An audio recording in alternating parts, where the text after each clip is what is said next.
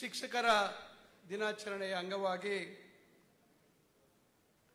Bharat Ratna doctor Sarvepalli Radhakrishnan ರವರ ಜನ್ಮ ದಿನಾಚರಣೆಯ ಅಂಗವಾಗಿ ಏರ್ಪಡಿಸಿರ್ತಕ್ಕಂಥ ರಾಜ್ಯ ಮಟ್ಟದ ಶಿಕ್ಷಕರ ದಿನಾಚರಣೆ ಹಾಗೂ ರಾಜ್ಯ ಪ್ರಶಸ್ತಿ ಪುರಸ್ಕೃತ ಶಿಕ್ಷಕರಿಗೆ ಪ್ರಶಸ್ತಿ ಪ್ರದಾನ ಸಮಾರಂಭದ ಈ ಒಂದು ಸುಂದರ ವೇದಿಕೆಯಲ್ಲಿ ಉಪಸ್ಥಿತರಿರ್ತಕ್ಕಂಥ ನಾಡಿನ ಜನಪ್ರಿಯ ಸಮಾಜಮುಖಿ ಮತ್ತು ದೀನ ದಲಿತರ ಮತ್ತು ಎಲ್ಲ ಸಮಾಜದ ಎಲ್ಲ ಶೋಷಿತ ವರ್ಗಗಳ ಆಶಾಕಿರಣ ಮಾನ್ಯ ಮುಖ್ಯಮಂತ್ರಿಗಳಾಗಿರ್ತಕ್ಕಂಥ ಸನ್ಮಾನ್ಯ ಸಿದ್ದರಾಮಯ್ಯ ಸಾಹೇಬ್ರೆ, ಶಾಲಾ ಶಿಕ್ಷಣ ಮತ್ತು ಸಾಕ್ಷರತಾ ಇಲಾಖೆಯ ಸಚಿವರು ಆತ್ಮೀಯರು ಆಗಿರ್ತಕ್ಕಂಥ ಶ್ರೀ ಮಧು ಬಂಗಾರಪ್ಪ ಅವರೇ, ವಿಧಾನ ಪರಿಷತ್ತಿನ ಹಿರಿಯ ಸದಸ್ಯರು ಆತ್ಮೀಯರು ಆಗಿರ್ತಕ್ಕಂಥ ಶ್ರೀ ಪುಟ್ಟಣ್ಣ ಅವರೇ, ವಿಧಾನ ಪರಿಷತ್ತಿನ ಮತ್ತೊಬ್ಬ ಸದಸ್ಯರಾಗಿರ್ತಕ್ಕಂಥ ಶ್ರೀ ಡಿ ಟಿ ಶ್ರೀನಿವಾಸ್ ಅವರೇ, ವಿಧಾನ ಪರಿಷತ್ತಿನ ಮತ್ತೊಬ್ಬ ಸದಸ್ಯರಾಗಿರ್ತಕ್ಕಂಥ ಶ್ರೀ ರಾಮೋಜಿಗೌಡ ಅವರೇ, ಶಾಲಾ ಶಿಕ್ಷಣ ಇಲಾಖೆಯ ಪ್ರಧಾನ ಕಾರ್ಯದರ್ಶಿಗಳಾಗಿರ್ತಕ್ಕಂಥ ಶ್ರೀಮತಿ ರಶ್ಮಿ ಅವರೇ, ಆಯುಕ್ತರಾಗಿರ್ತಕ್ಕಂಥ ಡಾಕ್ಟರ್ ಕೆ.ವಿ. ತ್ರಿಲೋಕ್ ಚಂದ್ರ ಅವರೇ, ಕಾಲೇಜು ಮತ್ತು ತಾಂತ್ರಿಕ ಶಿಕ್ಷಣ ಇಲಾಖೆಯ ಆಯುಕ್ತರಾಗಿರ್ತಕ್ಕಂಥ ಎನ್ ಮಂಜುಶ್ರೀ ಅವರೇ, ಹಾಗೂ ವೇದಿಕೆಯಲ್ಲಿ ಉಪಸ್ಥಿತರಿರ್ತಕ್ಕಂಥ ಇತರೆ ಅಧಿಕಾರಿ ವರ್ಗದ ಎಲ್ಲ ಸ್ನೇಹಿತರೆ, ಶಾಲಾ ಶಿಕ್ಷಣ ಮತ್ತು ಉನ್ನತ ಶಿಕ್ಷಣ ಶಿಕ್ಷಕರ ಸಂಘಗಳ ಎಲ್ಲ ಗೌರವಾನ್ವಿತ ಪದಾಧಿಕಾರಿ ಬಂಧುಗಳೇ, ಇಲ್ಲಿ ಕಾರ್ಯಕ್ರಮದಲ್ಲಿ ಉತ್ತಮ ಶಿಕ್ಷಕರ ಪ್ರಶಸ್ತಿ ಸ್ವೀಕಾರ ಮಾಡಲಿಕ್ಕೆ ಬಂದಿರತಕ್ಕಂಥ ಎಲ್ಲ ಸಾಧಕರೇ, ಹಾಗೂ ಕಾಲೇಜು ಶಿಕ್ಷಣ ಇಲಾಖೆಯಲ್ಲಿ ತಮ್ಮ ಕಾಲೇಜುಗಳಲ್ಲಿ ಉತ್ತಮ ನ್ಯಾಕ್ ಅಂಕವನ್ನು ಪಡೆದಿರ್ತಕ್ಕಂಥ ಎಲ್ಲ ಪ್ರಾಂಶುಪಾಲರೇ ಮತ್ತು ಸಂಯೋಜಕರೇ, ಹಾಗೂ ಕಾರ್ಯಕ್ರಮದಲ್ಲಿ ಭಾಗವಹಿಸಿರ್ತಕ್ಕಂಥ ಎಲ್ಲ ಶಿಕ್ಷಕ ಸಮುದಾಯದ ಎಲ್ಲ ಬಂಧುಗಳೇ ಮತ್ತು ಎಲ್ಲ ಆತ್ಮೀಯ ಸ್ನೇಹಿತರೆ ಮತ್ತು ಮಾಧ್ಯಮ ಮಿತ್ರರೇ,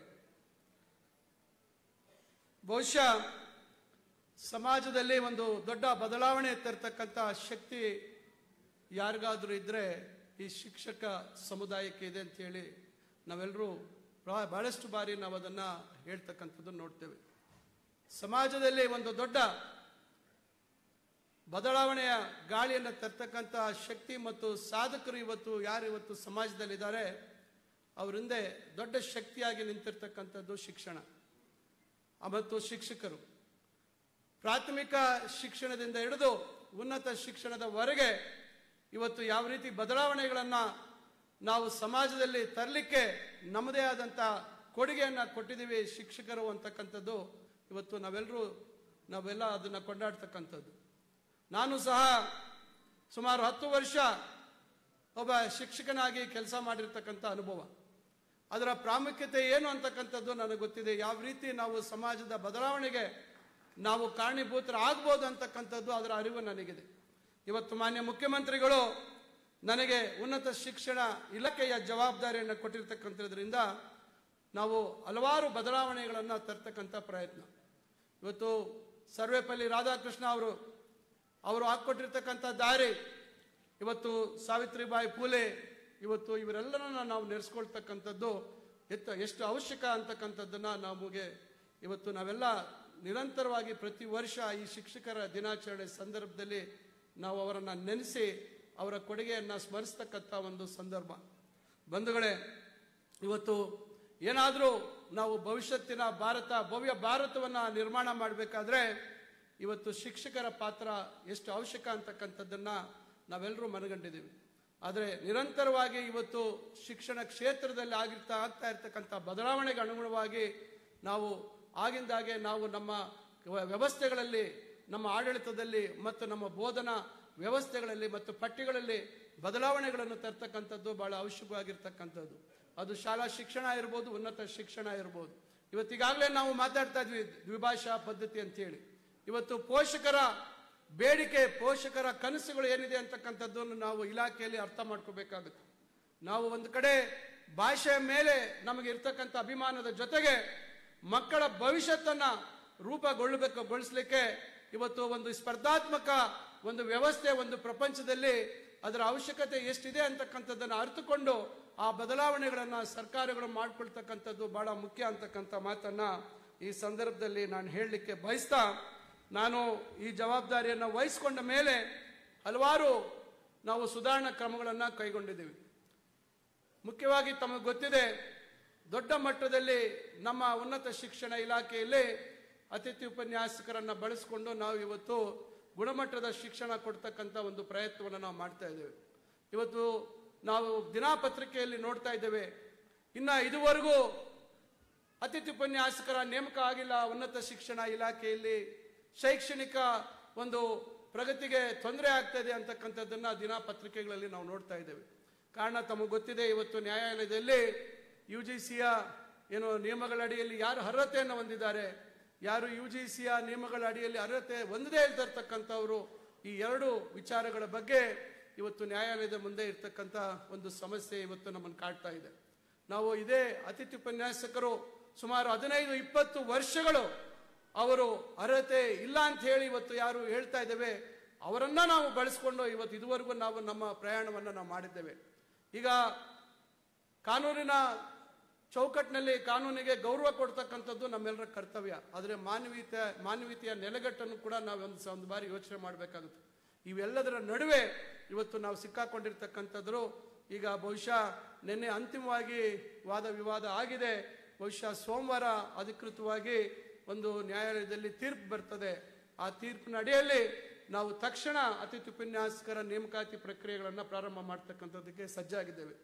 ಅತಿಥಿ ಉಪನ್ಯಾಸಕರ ಹಲವಾರು ಬೇಡಿಕೆಗಳನ್ನ ಮಾನ್ಯ ಮುಖ್ಯಮಂತ್ರಿಗಳು ಹಿಂದೆ ವಿರೋಧ ಪಕ್ಷದ ನಾಯಕರಾಗಿದ್ದಂಥ ಸಂದರ್ಭದಲ್ಲಿ ಅತಿಥಿ ಉಪನ್ಯಾಸಕರ ಬಗ್ಗೆ ಬಹಳಷ್ಟು ಅವರ ಒಂದು ಕಷ್ಟ ಸುಖಗಳು ಮತ್ತು ಅವರ ಸಮಸ್ಯೆಗಳನ್ನು ಆಲಿಸಿರ್ತಕ್ಕಂಥದ್ರ ಪರಿಣಾಮ ಕಳೆದ ವರ್ಷ ಜನವರಿಯಲ್ಲಿ ಒಂದು ಒಳ್ಳೆ ಹಲವಾರು ಸಮಸ್ಯೆಗಳಿಗೆ ಪರಿಹಾರವನ್ನು ಕೊಡ್ತಕ್ಕಂಥ ಒಂದು ಪ್ರಯತ್ನವನ್ನು ಮಾನ್ಯ ಮುಖ್ಯಮಂತ್ರಿಗಳು ಮಾಡಿರ್ತಕ್ಕಂಥದ್ದು ಗೊತ್ತಿದೆ.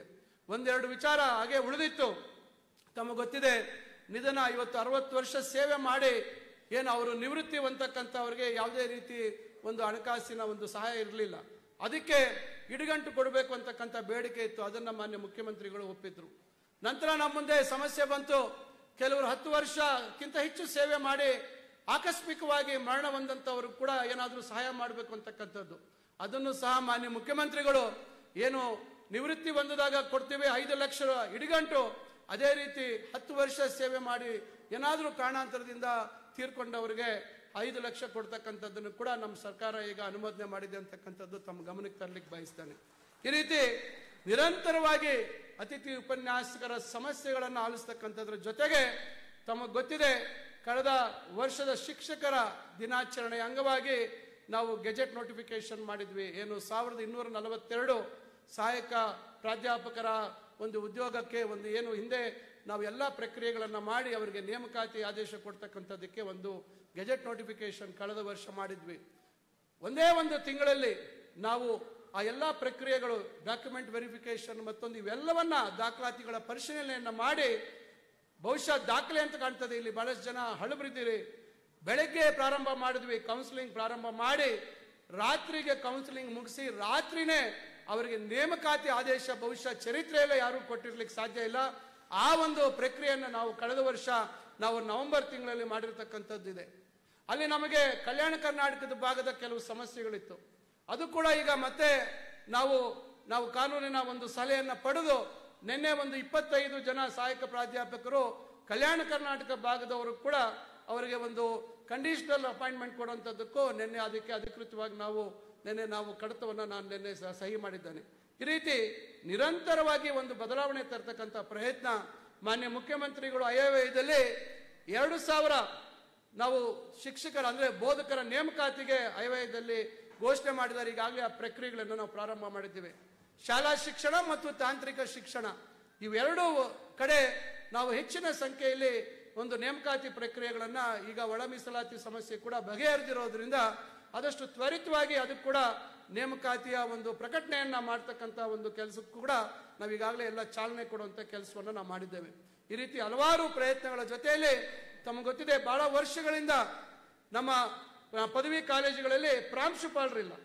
310 ಜನ ಪ್ರಾಂಶುಪಾಲರ ನೇಮಕಾತಿ ವಿಚಾರದಲ್ಲೂ ಸಹ ಈಗಾಗಲೇ ಎಲ್ಲ ಕಾನೂನು ತೊಡಕುಗಳು, ನಾನಾ ರೀತಿಯಾದಂಥ ಸಮಸ್ಯೆಗಳನ್ನ ನಿವಾರಣೆ ಮಾಡಿ ಈಗ ಅಂತಿಮವಾಗಿ ಅವರ ಅಬ್ಜೆಕ್ಷನ್ ಅನ್ನು ಕಾಲ್ ಮಾಡಿದ್ವಿ. ಈಗ ಅಬ್ಜೆಕ್ಷನ್ ಪ್ರತಿಯೊಬ್ಬರ ಒಂದು ಏನು ಅವರ ಅಬ್ಜೆಕ್ಷನ್ಸ್ ಇದೆ ಅದಕ್ಕೆ ಒಂದೊಂದಕ್ಕೂ ನಾವು ಆಲಿಸಿ ಅದಕ್ಕೆ ಸ್ಪೀಕಿಂಗ್ ಆರ್ಡರ್ ಕೊಡುವಂಥ ಕೆಲಸ ತ್ವರಿತವಾಗಿ ಮಾಡ್ತಾ ಇದ್ದೀವಿ. ಬಹುಶಃ ಇನ್ನು ಕೆಲವು ದಿನಗಳಲ್ಲಿ ಆ ಒಂದು ನೇಮಕಾತಿ ಪ್ರಕ್ರಿಯೆ ಕೂಡ ಪೂರ್ಣ ಮಾಡ್ತೀವಿ ಅಂತಕ್ಕಂಥದ್ದನ್ನ ಈ ಸಂದರ್ಭದಲ್ಲಿ ನಾನು ತಮಗೆ ಹೇಳಲಿಕ್ಕೆ ಬಯಸ್ತೇನೆ. ಈ ರೀತಿ ಹಲವಾರು ಒಂದು ಪ್ರಯತ್ನಗಳ ಜೊತೆಯಲ್ಲಿ ತಮಗೆ ಗೊತ್ತಿದೆ, ಬಹಳ ವರ್ಷಗಳಿಂದ ವೃತ್ತಿ ಪದೋನ್ನತಿ ಸಮಸ್ಯೆ ಇತ್ತು. ವೃತ್ತಿ ಪದೋನ್ನತಿಯನ್ನ ಸುಮಾರು ಈಗ ನಾವು ನಮ್ಮ ಸರ್ಕಾರಿ ಮತ್ತು ಅನುದಾನಿತ ಕಾಲೇಜುಗಳಲ್ಲಿ 6,800ಕ್ಕಿಂತ ಹೆಚ್ಚು ಇವತ್ತು ಸಹಾಯಕ ಪ್ರಾಧ್ಯಾಪಕರಿಗೆ, ಸಹ ಪ್ರಾಧ್ಯಾಪಕರಿಗೆ, ಪ್ರಾಧ್ಯಾಪಕರ ಒಂದು ಹುದ್ದೆಗೆ ಇವತ್ತು ಪದೋನ್ನತಿ ಕೊಡ್ತಕ್ಕಂಥ ಕೆಲಸವನ್ನು ಸಹ ನಾವು ಯಶಸ್ವಿಯಾಗಿ ಮಾಡಿದ್ದೇವೆ. ಮತ್ತು ಯಾವುದೇ ರೀತಿ ಅವರಿಗೆ ಕಿರುಕುಳ ಇಲ್ಲದೆ, ಯಾವುದೇ ರೀತಿ ಭ್ರಷ್ಟಾಚಾರಕ್ಕೆ ಅವಕಾಶ ಇಲ್ಲದ ರೀತಿಯಲ್ಲಿ ಇವತ್ತು ಇವೆಲ್ಲ ಕೆಲಸಗಳನ್ನ ಮಾಡ್ತಕ್ಕಂಥದ್ದು ನಮ್ಮ ಉನ್ನತ ಶಿಕ್ಷಣ ಇಲಾಖೆಯಲ್ಲಿ ನಾವು ಕೈಗೊಂಡಿದ್ದೇವೆ.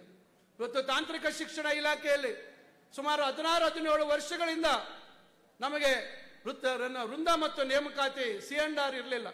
ಈಗ ಅದನ್ನು ಸಹ ಮಾನ್ಯ ಮುಖ್ಯಮಂತ್ರಿಗಳ ಒಂದು ಸಹಕಾರದಿಂದ ಅದು ಸಹ ಪೂರೈಸಿದ್ದೇವೆ. ಸದ್ಯದಲ್ಲೇ ಕೂಡ ಅದರ ಅಡಿಯಲ್ಲಿ ಎಲ್ಲರಿಗೂ ಅವಕಾಶಗಳನ್ನು ಕೊಡ್ತಕ್ಕಂಥ ಕೆಲಸವನ್ನು ಸಹ ನಾವು ಮಾಡಲಿದ್ದೇವೆ.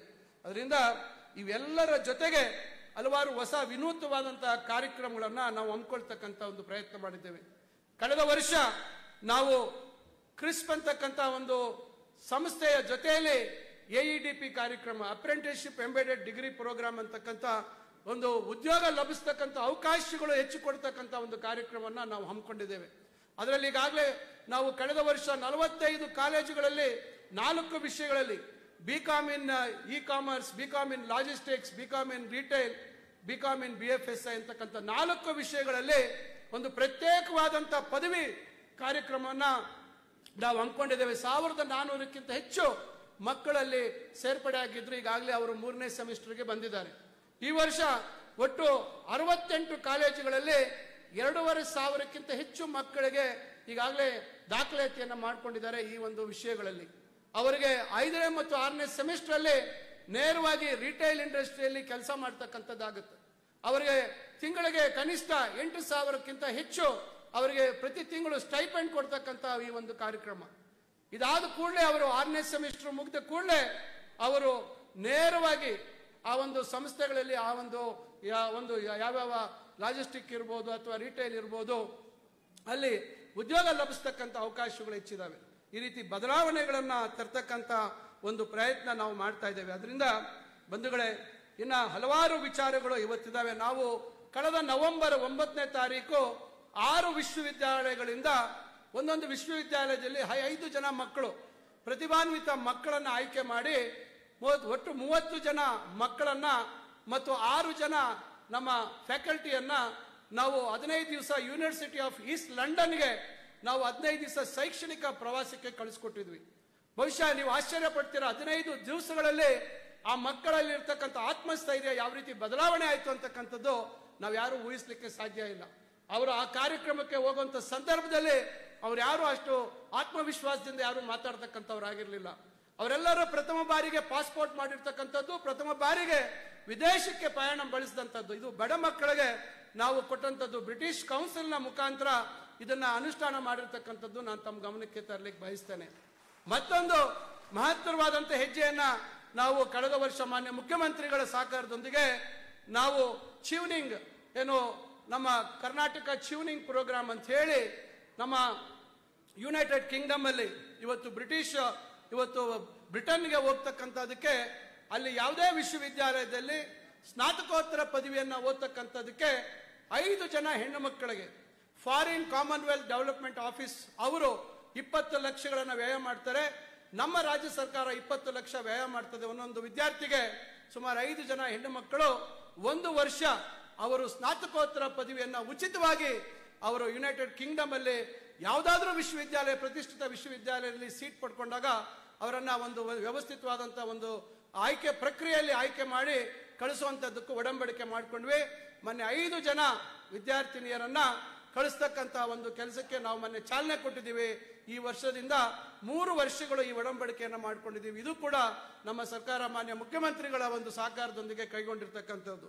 ಮತ್ತೊಂದು, ಈಗ ಸದ್ಯದಲ್ಲೇ ಒಂದು ಮಹತ್ತರವಾದಂತಹ ಒಂದು ಕಾರ್ಯಕ್ರಮವನ್ನ ಮಾನ್ಯ ಮುಖ್ಯಮಂತ್ರಿಗಳು ಮತ್ತು ಅಜೀಂ ಪ್ರೇಮ್ಜಿ ಫೌಂಡೇಶನ್ ಅವರ ಮುಖಾಂತರ ನಾವು 19ನೇ ತಾರೀಕು ಅದನ್ನ ಅಧಿಕೃತವಾಗಿ ಪ್ರಕಟಣೆ ಮಾಡ್ತಕ್ಕಂಥ ಕೆಲಸ ಮಾಡ್ತಾ ಇದ್ದೇವೆ. ಬಹುಶಃ ಹೆಣ್ಣು ಮಕ್ಕಳ ಸಬಲೀಕರಣಕ್ಕೆ ಮತ್ತೊಂದು ಹೆಜ್ಜೆ ಅಂತ ಹೇಳಿ ನಾನು ಬಯಸ್ತೇನೆ.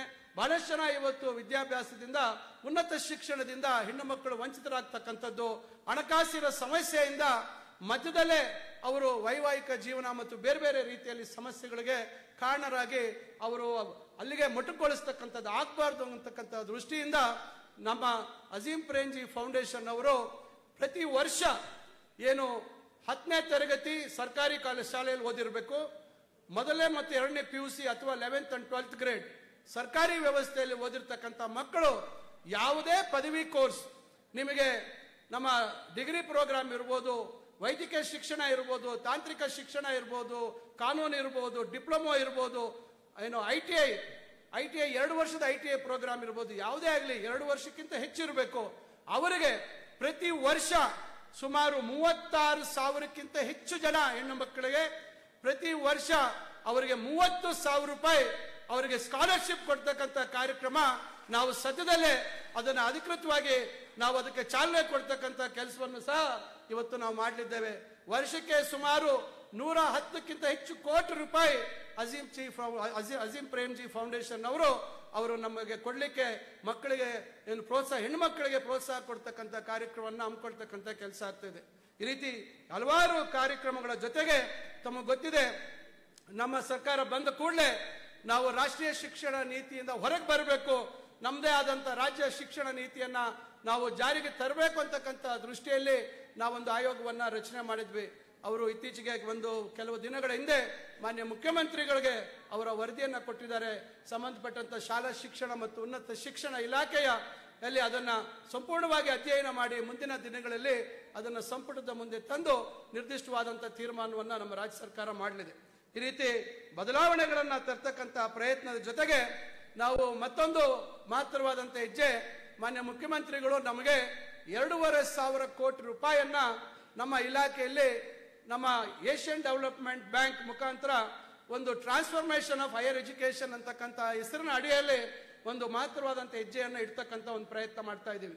ಈಗಾಗಲೇ ADB ಅವರ ನಿರಂತರವಾದಂಥ ಅವರ ಜೊತೆಯಲ್ಲಿ ಚರ್ಚೆಗಳು ಮತ್ತು ಸ್ಥಳೀಯವಾಗಿ ಕಾಲೇಜುಗಳಿಗೆ ಅವರು ಭೇಟಿ ಕೊಟ್ಟು ಹಲವಾರು ವಿಷಯಗಳ ಬಗ್ಗೆ ಚರ್ಚೆ ಮಾಡಿದ್ದೀವಿ.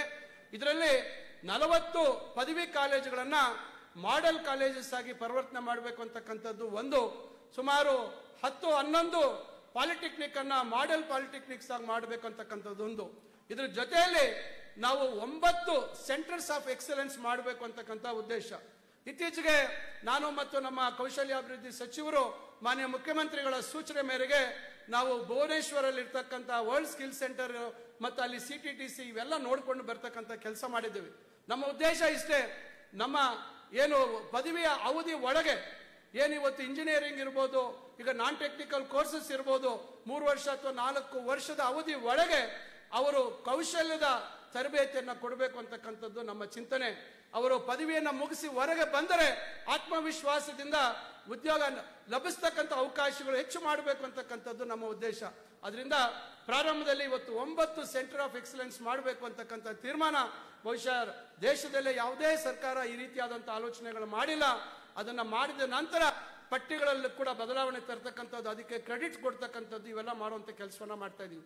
ಅದರಿಂದ ಬಂಧುಗಳೇ, ಈ ರೀತಿ ಹಲವಾರು ಬದಲಾವಣೆಗಳನ್ನ ನಮ್ಮ ಉನ್ನತ ಶಿಕ್ಷಣ ಇಲಾಖೆಯಲ್ಲಿ ತರಬೇಕಾದ್ರೆ ಒಂದೇ ಒಂದು ಉದ್ದೇಶ, ನಮ್ಮ ಮಕ್ಕಳು ಇವತ್ತು ವಿದ್ಯಾವಂತರಾಗ್ತಕ್ಕಂಥವರಿಗೆ ಉತ್ಕೃಷ್ಟವಾದಂಥ ಒಂದು ಉನ್ನತವಾದಂಥ ಅವರ ಪೋಷಕರ ಕನಸುಗಳಿಗೆ ತಕ್ಕಂತೆ ಒಂದು ಉದ್ಯೋಗ ಲಭಿಸಬೇಕು ಅಂತಕ್ಕಂಥದ್ದು ನಮ್ಮೆಲ್ಲರ ಕನಸು. ಆ ಕನಸಿನ ಪ್ರಯಾಣದಲ್ಲಿ ಇವತ್ತು ಮಹತ್ತರವಾದಂತಹ ಪಾತ್ರವನ್ನು ವಹಿಸ್ತಕ್ಕಂಥವರು ಶಿಕ್ಷಕರಿಲ್ಲದೆ ನಾವು ಯಾವುದನ್ನು ಸಾಧನೆ ಮಾಡಲಿಕ್ಕೆ ಸಾಧ್ಯ ಇಲ್ಲ. ಅದರಿಂದ ನಾನು ತಮ್ಮಲ್ಲಿ ಬಯಸೋದಿಷ್ಟೇ, ಇವತ್ತಿಷ್ಟೆಲ್ಲ ನಾವು ಪ್ರಯತ್ನ ಮಾಡ್ತಾ ಇದ್ದೀವಿ. ಇವಿಷ್ಟೆಲ್ಲ ತಮ್ಮ ಸಮಸ್ಯೆಗಳಿಗೂ ಕೂಡ ಮಾನ್ಯ ಮುಖ್ಯಮಂತ್ರಿಗಳು, ನಮ್ಮ ಸರ್ಕಾರ ಬಹಳಷ್ಟು ಇವತ್ತು ಸ್ಪಂದಿಸ್ತಕ್ಕಂಥ ಕೆಲಸವನ್ನ ಮಾಡ್ತಾ ಇದೀವಿ.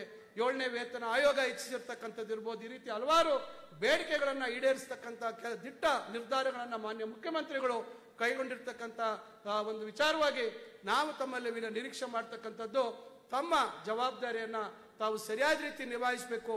ನಮ್ಮ ಮಕ್ಕಳ ತೇರ್ಗಡೆ ಪ್ರಮಾಣವನ್ನ ಹೆಚ್ಚು ಮಾಡ್ತಕ್ಕಂಥ ಜವಾಬ್ದಾರಿ ತಮ್ಮೆಲ್ಲರಲ್ಲೂ ಇದೆ ಅಂತಕ್ಕಂಥ ಮಾತನ್ನ ಈ ಸಂದರ್ಭದಲ್ಲಿ ಹೇಳ್ತಾ, ಮತ್ತೊಮ್ಮೆ ನಾನು ಈ ಒಂದು ಶಿಕ್ಷಕರ ದಿನಾಚರಣೆ ಸಂದರ್ಭದಲ್ಲಿ ಇಡೀ ನಾಡಿನ ಎಲ್ಲ ಶಿಕ್ಷಕ ಬಂಧುಗಳಿಗೆ ನಾವು ಶುಭಾಶಯಗಳನ್ನು ತಿಳಿಸಿ, ನಮ್ಮ ಒಂದು ಅವಿರತವಾದಂಥ ಶ್ರಮ ಮತ್ತಷ್ಟು ಒಂದು ಪ್ರಾಮಾಣಿಕ ರೀತಿಯಲ್ಲಿ ನಾವು ಮತ್ತಷ್ಟು ಪ್ರಯತ್ನಗಳನ್ನು ಮಾಡಬೇಕು. ಈ ರಾಜ್ಯದ ಶಾಲಾ ಶಿಕ್ಷಣ ಮತ್ತು ಉನ್ನತ ಶಿಕ್ಷಣ ಇಡೀ ದೇಶಕ್ಕೆ ಮಾದರಿಯಾಗಿ ಈಗ ಆಲ್ರೆಡಿ ಇದೆ. ಆದರೆ ಮುಂದಿನ ದಿನಗಳಲ್ಲಿ ಮತ್ತಷ್ಟು ಎತ್ತರಕ್ಕೆ ನಾವು ಹೋಗಬೇಕು ಅಂತಕ್ಕಂಥ ನಿಟ್ಟಿನಲ್ಲಿ ತಮ್ಮೆಲ್ಲರ ಸಹಕಾರವನ್ನು ಬಯಸಿ ನನಗೆ ಈ ಅವಕಾಶ ಮಾಡಿಕೊಟ್ಟಂತ ಎಲ್ಲರಿಗೂ ವಂದಿಸಿ ನನ್ನ ಮಾತು ಮುಗಿಸ್ತೇನೆ. ಜೈ ಹಿಂದ್, ಜೈ ಕರ್ನಾಟಕ. ಸಮಾಜದಲ್ಲಿ ಮಹತ್ತರ ಬದಲಾವಣೆಯನ್ನು ತರುವ ಶಕ್ತಿಯಾಗಿ ಕಾರ್ಯನಿರ್ವಹಿಸುತ್ತಿರುವ ಸಮಸ್ತ ಶಿಕ್ಷಕ ವರ್ಗವನ್ನು ಅಭಿನಂದಿಸಿ ಶುಭಾಶಯ ಕೋರಿದ ಮಾನ್ಯ ಉನ್ನತ ಶಿಕ್ಷಣ ಸಚಿವರಿಗೆ ಗೌರವದ ಕೃತಜ್ಞತೆಗಳನ್ನು ಅರ್ಪಿಸ್ತಾ ಇದ್ದೇವೆ ಸರ್. ಇದೀಗ ಮುಂದಿನ ಕಾರ್ಯಕ್ರಮ ಸಮಾರಂಭದ ಪ್ರಮುಖ ಘಟ್ಟ. ಆಚಾರ್ಯ ದೇವೋಭವ ಎನ್ನುವ ಸಂಸ್ಕೃತಿ ನಮ್ಮದು. ಜನ್ಮ ನೀಡಿದ ತಾಯಿ, ಬದುಕನ್ನು ಕಲಿಸಿದ ತಂದೆ, ಸಂಸ್ಕಾರವನ್ನು ನೀಡಿದ ಗುರುವನ್ನು ಪೂಜ್ಯ ಸ್ಥಾನದಲ್ಲಿಟ್ಟು ಗೌರವಿಸುವುದು ನಮ್ಮ ಸಂಸ್ಕೃತಿಯ ಹೆಗ್ಗಳಿಕೆ. ವಿದ್ಯಾರ್ಥಿ ಜೀವನಯಾನದಲ್ಲಿ ಅಕ್ಷರ ಬೀಜವನ್ನು ಬಿತ್ತುವುದರ ಮೂಲಕ ಅಕ್ಷರ ದಾಸೋಹಿಗಳಾಗಿ ಜ್ಞಾನದಾಹಿಗಳಲ್ಲಿ ಜ್ಞಾನದ ಹಣತೆಯನ್ನು ಬೆಳಗಿಸಿ ಸಾಧನೆಯ ಹಾದಿಯಲ್ಲಿರುವವರಿಗೆ ಸ್ಫೂರ್ತಿಯ ಸೆಲೆಯಾಗಿ ಉತ್ತಮ ಶಿಕ್ಷಕರಾಗಿ ಆಯ್ಕೆಯಾಗಿರುವ